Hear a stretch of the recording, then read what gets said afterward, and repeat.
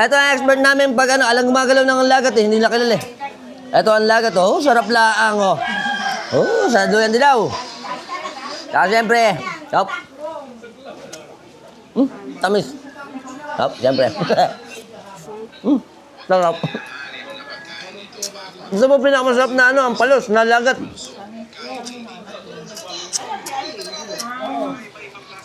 Ako ba yun?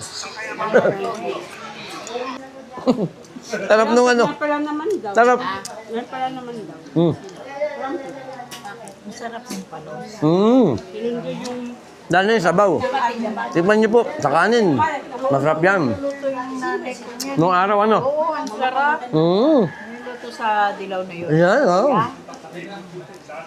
Malabanas, masarap din. Handaan, di mo makakaganyan. Oo, tama nga naman. Puro baboy nga naman. Kaya po dito sa amin, sa isla, napakasarap dito kasi puro sariwa makakain mo. Yung mga hindi mo nakakain masasarap, dito mo lang makakain.